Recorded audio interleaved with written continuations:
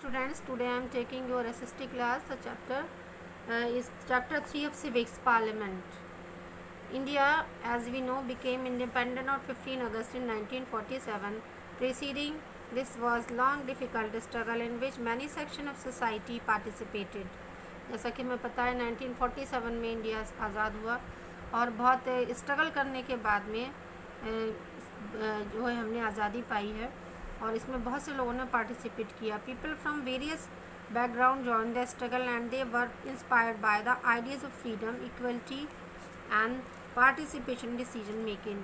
बहुत से लोग जिन्होंने इसमें भाग लिया वो हमारे देश की फ्रीडम, समानता, स्वतंत्रता और बहुत से डिसीजन मेकिंग प्रोसेस से प्रभावित होकर उन्होंने भी पार्टिसिपेट किया. ये हमें आने वाली टाइम में हमें ये सारी चीज़ें प्राप्त होंगी. The take off point for democracy is idea of consent, the desire, approval and participation of people. Democracy का एक सिद्धांत होता है कि लोगों की इच्छाओं का प्रतिनिधित्व करना. It is decision of people that creates a democratic government. और ये तभी होता है जब कहीं की सरकार जनतंत्रात्मक या लोगों की सरकार होती है. Under decides about the functioning, और सरकार लोगों की इच्छाओं को सामने रखती है. The basic idea of this kind of democracy is that individual on the citizen of most important person. और ये बेसिक आइडिया जो किसी सिटीज़न के लिए बहुत ज़्यादा इम्पॉर्टेंट होता है क्योंकि उसके किसी in that the principal of the government as well as the public institution, क्योंकि पब्लिक एक संस्था के माध्यम से अपने विचारों को रखती है. Need have to trust of this citizen, और उस संस्था पर उस वहाँ के लोगों का विश्वास होता है. How does individual give approval to the government. अब कोई भी संस्था अपने किसी गवर्नमेंट को अपनी अप्रूवल कैसे देती है, अपनी स्वीकृति कैसे देती है. People would elect their representative to through parliament. One group from among these elected representative from the government. People जो है वो अपने चुने हुए लोगों को पार्लियामेंट में जो चुने हुए लोग होते हैं उनके थ्रू अपनी स्वीकृति देती है और जहाँ उनके लोगों के रिप्रेजेंटेटिव कार्य करते हैं. The parliament which is made up of representative together control the guides of the government. Parliament एक सरकार पर नियंत्रण स्थापित करती है ताकि लोगों की भावनाओं को अच्छे से व्यक्त कर सके. Created after 1947, the Indian Parliament is an expression of faith. The people of India have the principles of democracy. 1947 के बाद पार्लियामेंट एक ऐसी संस्था है जो लोगों के विश्वास को प्रदर्शित करती है. The parliament in our system has immense power because it is representative of the people. Parliament को हम सबसे ज़्यादा शक्ति मिली होती है क्योंकि उसमें जनता के चुने हुए लोग होते हैं. In India the powers is divided between the central government and the state government. India में पावर जो है वो दो भागों में विभाजित है, सेंट्रल गवर्नमेंट और स्टेट गवर्नमेंट, यानी इंडिया में फेडरल गवर्नमेंट है. The union legislature is known as parliament, और जो केंद्र की जो लेजिस्लेचर है व्यवस्थापिका उसको पार्लियामेंट कहा जाता है. It is highest law making body of the country. देश की सबसे ज़्यादा कानून, सबसे ऊंची संस्था जो कानून को बनाती है उसे हम पार्लियामेंट कहते हैं. विद बाय कम्युनिटी लेजिस्लेटिव, जहाँ पर दो तरह के सदन होते हैं, दो तरह के सदन बनाए जाते हैं. द राज्यसभा एंड लोकसभा दो पार्ट में डिवाइड होती है. एक तो हुआ upper house and lower house.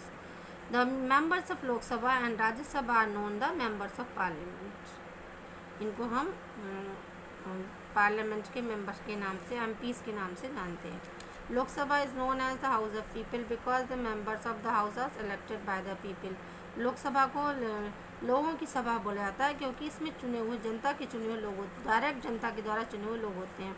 According to the constitution the maximum number of Lok Sabha should not be there 552. हमारे कॉन्स्टिट्यूशन के अकॉर्डिंग इसकी जो संख्या है वो मैक्सिमम 552 रखी गई है. तो the members of Lok Sabha increase as the within the population of the country increases.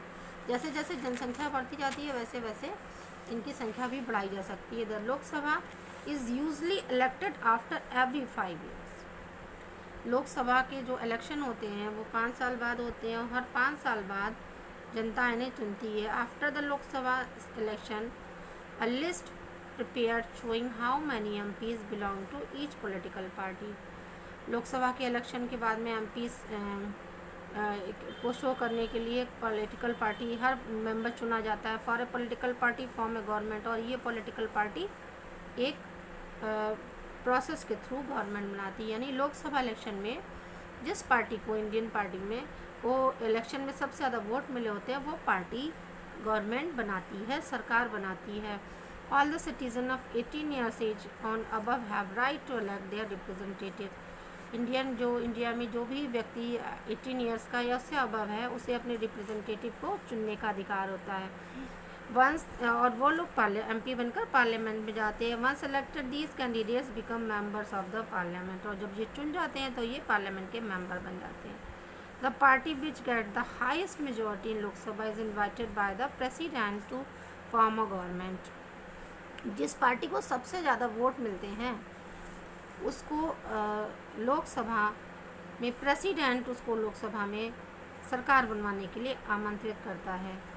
और उसका हेड जो होता है वो प्राइम मिनिस्टर होता है। और उस प्राइम मिनिस्टर के साथ साथ वो काउंसिल ऑफ मिनिस्टर की भी घोषणा करता है। If no party has been majority then the different parties negotiate and form है कोalition गवर्नमेंट। और अगर किसी भी पार्टी को वोट नहीं मिलता है, किसी को एक पर्टिकुलर वोट के लिए जो सिस्टम है वो नहीं मिल पाता, तो मेजॉरिटी में नहीं आ पाती कोई पार्टी, तो वार्ता करके, आपस में बातचीत करके, नेगोशिएशन करके एक कोalition गवर्नमेंट बनाई जाती है। और कोalition मीन्स गठबंधन सरकार। Now I will continue this chapter in next part. Have a nice day.